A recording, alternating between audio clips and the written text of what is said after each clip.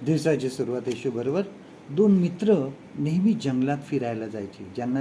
जेव्हा जेव्हा त्यांना वेळ मिळायचा त्यावेळेस ते जंगलामध्ये फिरायला जायचे. तेथील निसर्ग आहे, वनस्पती आहे, जीवजंतू आहे, ते त्यांना फार आवडायचं आणि त्यांचं निरीक्षण करायला त्यांना खूप आनंद वाटायचा त्यामध्ये. ते त्याचा अभ्यास करायचे. आणि एक दिवस ते जंगलामध्ये दोघंजण जात असताना एका लहानशा झाडाकडे ते थांबले आणि त्या झाडाच्या फांदीवर एक फुलपाखराचा कोश होता. आणि तो कोश जो आहे हा अर्धवट उघडलेला होता आणि त्यातून एक फुलपाखरू बाहेर येण्याचा प्रयत्न करत होते आणि ते धडपड करत होतं, परंतु त्याला बाहेर येता येत नव्हतं. आणि त्यापैकी एका मित्राने पटकन त्याच्याजवळ एक लहान कात्री होती, ती कात्री घेऊन त्या कोशाचं ते आवरण आहे ते थोडंसं त्यांनी कापलं आणि ते बाजूला केलं आणि हळूच त्या फुलपाखराला बाहेर काढलं आणि एका लहान दगडावर ठेवलं. परंतु ते फुलपाखरू थोड्या वेळाने त्या दगडावर फक्त चालत राहिलं, त्याला उडता येईना. त्याने पंख फडफडण्याचा प्रयत्न केला पण ते उडता येईना त्याला. आणि ह्या दोघा मित्रांना खूप आश्चर्य वाटलं की हे असं कसं झालं.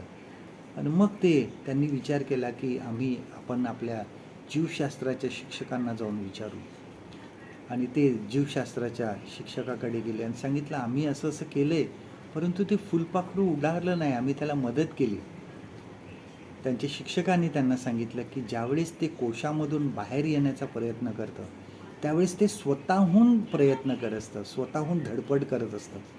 आणि अशा वेळेस त्याच्या शरीरामधून ज्यावेळेस ते धडपड करतं त्यांच्या शरीरामधून एक प्रकारचा रस, एक प्रकारचा स्त्राव बाहेर पडतो आणि तो बाहेर पडल्यानंतर तो पंखांमध्ये जातो आणि हळूहळू त्या पंखांना तो मदत करतो आणि त्या स्त्रावामुळे ते पंख मजबूत होतात. आणि ही प्रक्रिया आहे. आणि हळूहळू बराच काळ स्ट्रगल केल्यानंतर किंवा धडपड केल्यानंतर त्यांच्या पंखांमध्ये जोर येतो आणि ते आपोआप ते जे कवच असतं ते बाहेर फाडून ते फुलपाखरू बाहेर येतं आणि लगेच उडायला लागतं. तो कोशामधून बाहेर पडतं.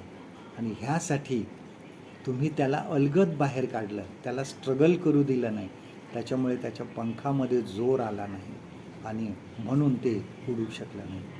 आपल्या जीवनामध्ये बघा, विशेष करून बऱ्याच वेळेस आपल्याला संकटाचा सामना करावा लागतो, परीक्षांचा सामना करावा लागतो, अनेक अडचणी आपल्यासमोर येतात.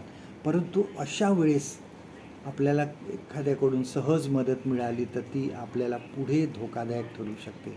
आपण स्वतः प्रयत्न करायला पाहिजे आणि अशा काळांमध्ये आपला देवावरचा विश्वास दृढ होतो, आपण त्याच्या वचनावर भक्कम राहतो आणि ह्या गोष्टींमुळे आपला आत्मविश्वास दृढ होतो.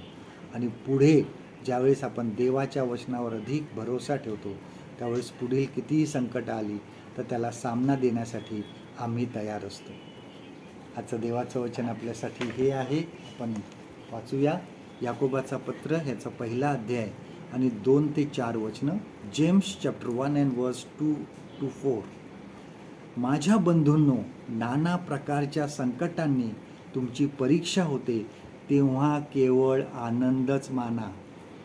तुम्हास ठाऊक आहे की तुमच्या विश्वासाची परीक्षा उतरल्याने धीर उत्पन्न होतो आणि धीराला आपले कार्य पूर्ण करू द्या, यासाठी की तुम्ही कशातही उणे न होता सिद्ध व परिपूर्ण व्हावे. परमेश्वर करो आजचा दिवस तुमचा आशीर्वादित करो.